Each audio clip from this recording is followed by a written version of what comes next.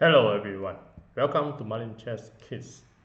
Today I'll show you the game played by Kamil and Lukasz. In this position, the last move from the black was to move king to e6. And at this position, white win the game and mate in 4. Can you figure out how the white can win in this position? I give you a couple of seconds to figure it out. Well, congratulations for those who found the answer. And for those who like to end the show, I would like to show you how to get in this position of winning. So let us back to the position step number 30. In this position, white only has an edge only. So in order to win this position, white has an idea to use the pawn and attack by simply play h4, h5. And you also have the strong idea of moving the pawn to g6 and to destroy the king structure, because the king is in this nice square position. And you also have another idea of bringing the rook to d6 and keep pressure on the attack. So in the actual game, after rook d3, the black play rook d to c8 to avoid from.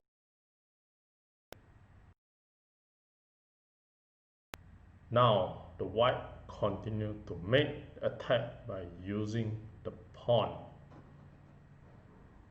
So in this situation, at the move 31, white play h4, and here is a critical path for the white to attack. You can move to h5 and h6 and destroy the g7 pawn. Then the black continue to play c5, and now the great move, the white play rook to d6. Then black play rook to e8, and here white play g6, pressure and keep pushing the pawn forward to take the black pawn. Then here black capture the pawn by using h takes g6, and then white continue to capture the pawn by using f takes g6, and now pawn to f6. Then white continue to play h5, keep attacking the pawn.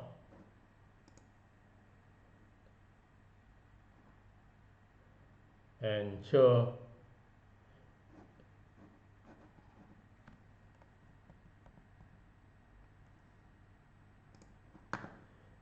the black move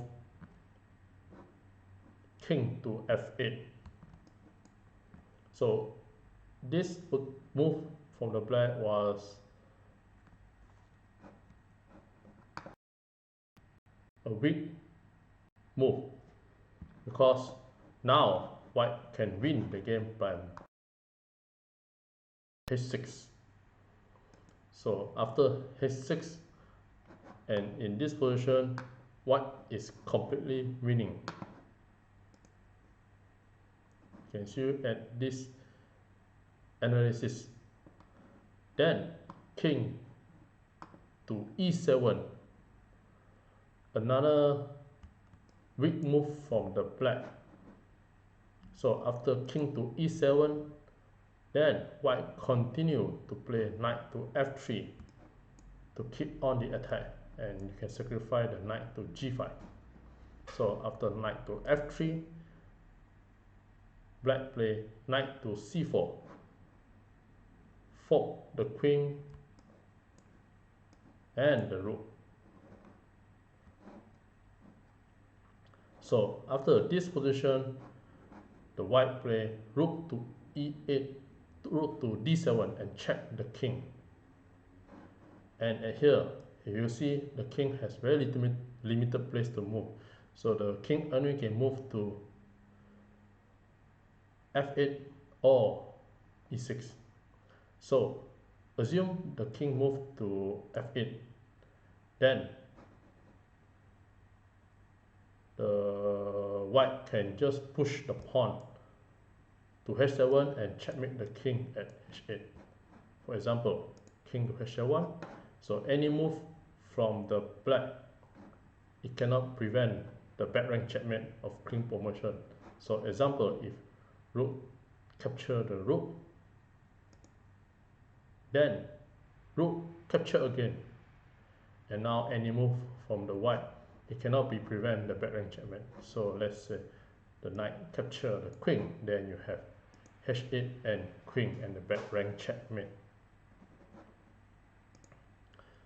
So if the queen to capture the rook, then rook to capture the queen, and after the king capture the rook, then the queen can just capture the pawn at a4 and check the king and take the knight.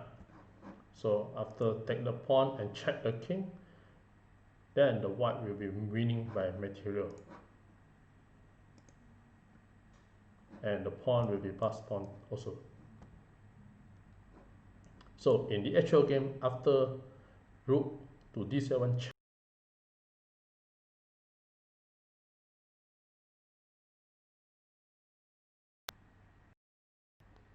and at this situation, the white can checkmate in 4 with the brilliant move of moving the knight to g5, a sacrifice of the knight, and check the king. So example, after knight g5 and check, then the black resign because the king cannot move. So the only way to prevent the check is to capture the knight. So after capture the knight, then you have queen to h3 and diagonal check the king and protecting the rook as well. So queen to h3 and check.